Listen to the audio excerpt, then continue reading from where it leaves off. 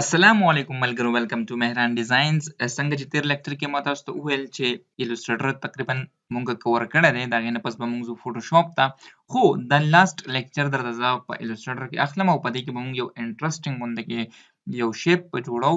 او هغه شیپ به ستاسو ډېر زیات خوښ شي ټیک ده او امید دی خوښ به یې وي هم ستاسو ذهن کې او تاسو ګیس کولی شئ چې هغه شیپ به څه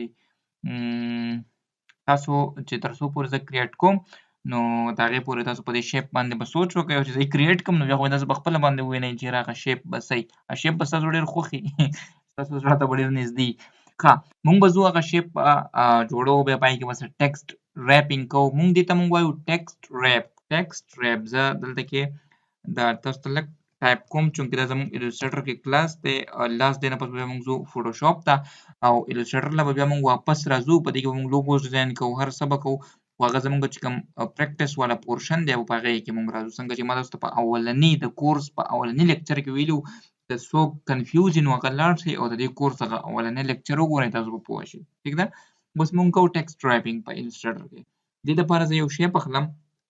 نو شیپ دپاره ما داسې یو ریکټینګل یو سکویر ما ډرا کړو او د هغې نه پس چې کوم دی دا سکویر به زه روټیټ کړم په 45 ډیګري باندې داسې ټیک ده دې نه پس ما سره پین ټول کې اینکر پوینټ ټول به زه راواخلم او د دې دا منځ چې کوم دی شفټ که زه هولډ کړم نو دا به ما سره داسې راشي ټیک ده اوس همدغه شانتې دا به زه لږ لاندې کړم او اینکر پوینټ ټول به زه راواخلم او د دې سنټر نه به هم زه بیا دا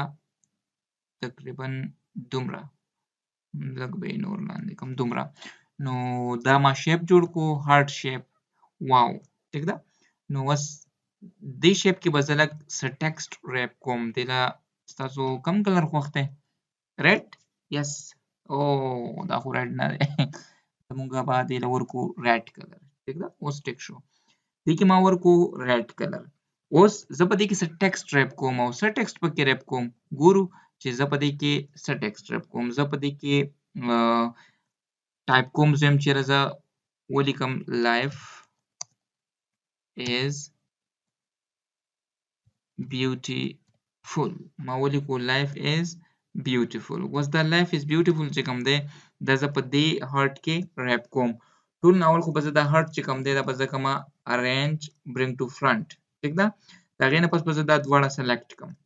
د هغې نه پس به زه لاړ شم آبجکټ ته او په آبجکټ کې که تاسو لاست ته راشئ تاسو سره به یو آپشن راشي انویلپ ډسټارټ انویلپ ډسټارټ کې که تاسو وګورئ میک with ټاپ آبجکټ میک with ټاپ آبجکټ باندې څنګه تاسو کلیک کوئ نو هغه ټیکسټ چې کوم دی هغه هارټ شیپ کې ریپ شو تاسو ورته وګورئ هغه هارټ شیپ یې جوړ کړو که د دې دا کلر تاسو د فونټ کلر چې زموږ کوم هغه بلیک و دیټس وای دیس از بلیک که نه خو که دا تاسو ریډ کوئ نو بیا به تاسو ته ریډ کې ښکاري دا زموږ آخري کلاس و السټریټر کې آخري نه و صرف د ټولز آخري و نور انشاءالله نیکسټ لیکچر کې به موږ فوټوشاپ انسټایل کوو چې یاره فوټوشاپ انسټایل کېږي څنګه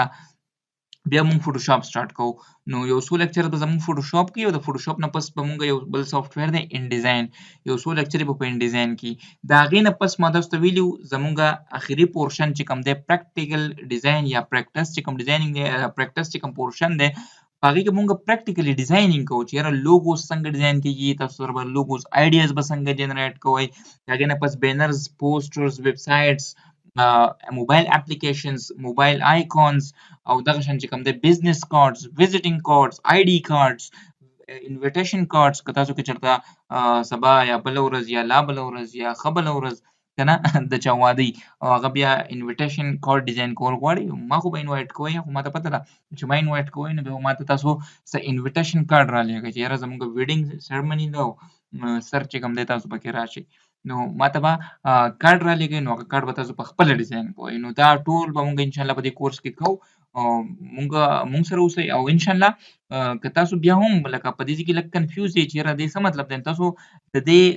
پلی لیست ته لاړ شئ او اولنی ویډیو وګورئ په هغې کې دا ما ویلي دي چې دا ټول کورس چې کوم د ګرافیک ډیزاینینګ موږ کوو نو په دې دا موږ په 3 پورشنز کې ډیوایډ کړی دی چې یاره اول به موږ لږه تیوري وایو څنګه چې موږ اوله کې تیوري ووایو بیا موږ